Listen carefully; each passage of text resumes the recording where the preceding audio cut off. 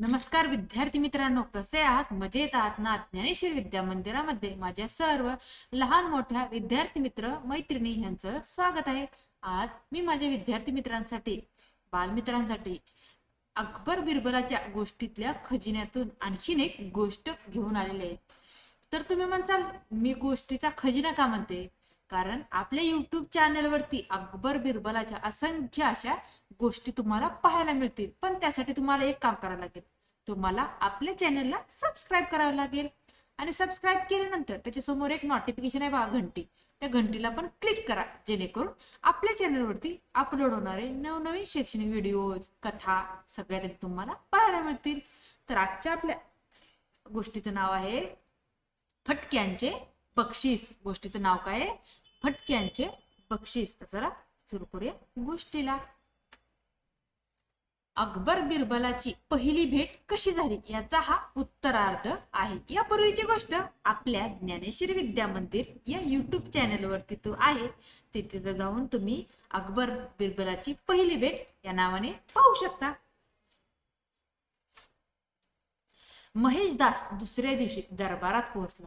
तो दाराशी असतानाच कालचा बहुरूपी मान खाली घालून तिथून परत येत होता.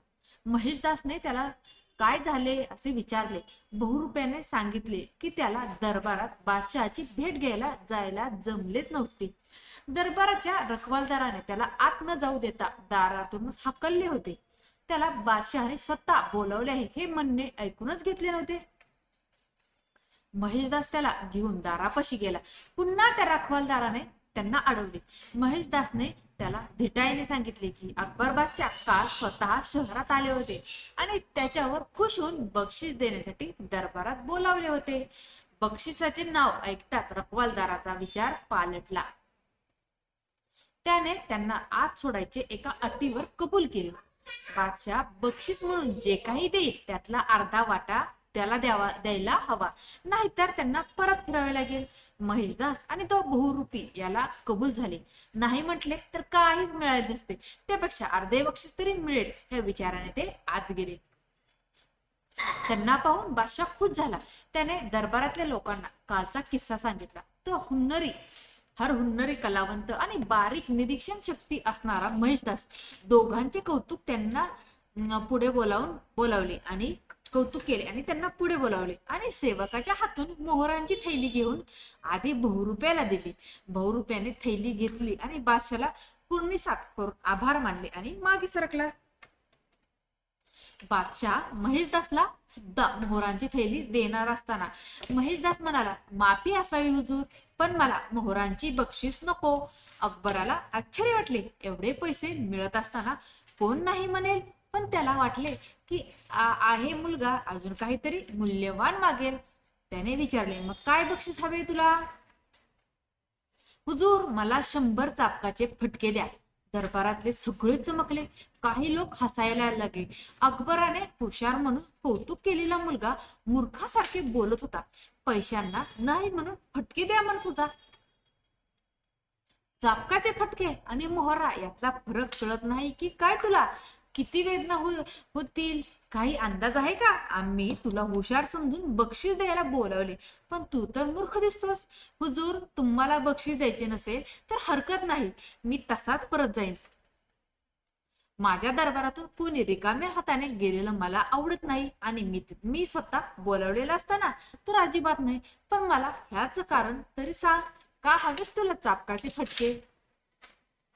हुजूर, दरबाराच्या पहारेकरण्यात जे काही बक्षीस मिळेल त्याचे अर्धे त्याला मिळायला हवे. या अटीवर आम्हाला आज सोडले. तुमच्या दरबारात सामान्य लोक आपल्या तक्रारी अडचणी घेऊन येतात. त्यांची अशी लूट होत असेल तर मला पैसे मिळाले नाही तरी चालेल, पण अशा माणसाला लोकांचे दुःख समजावे म्हणून मी हे बक्षीस मागितले.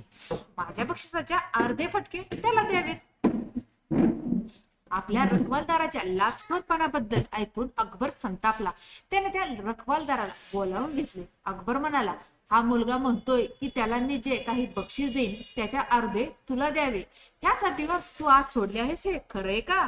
रखवालदार घाबरला, पण त्याला आता खोटं बोलून चालणार नव्हतं. अकबरासमोर खोटं बोलण्याची त्याची हिंमत नव्हती. त्याने मान खाली घालून म्हटले, होय हुजूर. अकबर म्हणाला, मला दरबारात सोडण्यासाठी तू लाच घेतलीस हे अजिबात आवडलं नाही, पण तू आता खरं बोललास ते चांगलं केलं. तुला आता मी ह्यांचं अर्ध नाही पूर्ण बक्षीस देतो.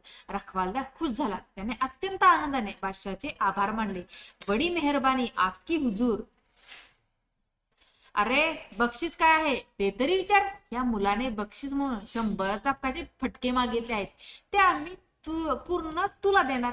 आता रखवालदाराचा चेहरा पांढरा फटक पडला. त्याने अकबरासमोर लोटांगण घालून माफी मागितली. अकबर संतापाने ओरडला, घेऊन जा ह्याला आणि चौकात नेऊन सगळ्यांसमोर 100 फटके मारा. माझ्या जनतेला लुटणाऱ्याची काय शिक्षा असते हे सगळ्यांना कळू देत.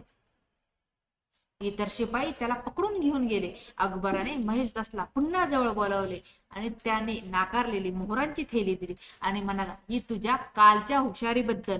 अजून एक थैली त्याला देत म्हणाला, आणि ही तू आज आमच्या दरबारात असले ध्येय काम करणाऱ्याला पकडून दिल्याबद्दल. महेशदासने बादशाला मुजरा करून आभार मानले. अकबराने त्याला नोकरीत ठेवून घेतले.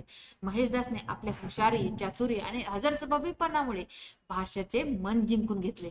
तो पुढे जाऊन अकबराचा वजीर म्हणजे एक मुख्य मंत्री बनला. अकबराला प्रतिभावान लोकांची कदर होते. त्याच्या दरबारात 9 रत्ने होती, म्हणजे 9 मौल्यवान रत्ने. बिरबल त्या 9 रत्नांपैकी एक होता. त्या काळात चांगली कामगिरी करणाऱ्या लोकांना बादशाहकडून वेगवेगळे किताब आणि उपाध्या मिळत असत. अकबराने महेशदासला राजा बिरबल असा किताब दिला. बिरबल हा वीरबळ किंवा वीरबर ह्याचा अपभ्रंश असल्याचे सांगतात. त्याचा अर्थ मोठा वीर किंवा हजरजबाबी असाही होतो. तर अशा प्रकारे महेशदासचा बिरबल कसा झाला हे तुम्हाला ह्या आजच्या कथेच्या माध्यमातून नक्की समजलं असेल.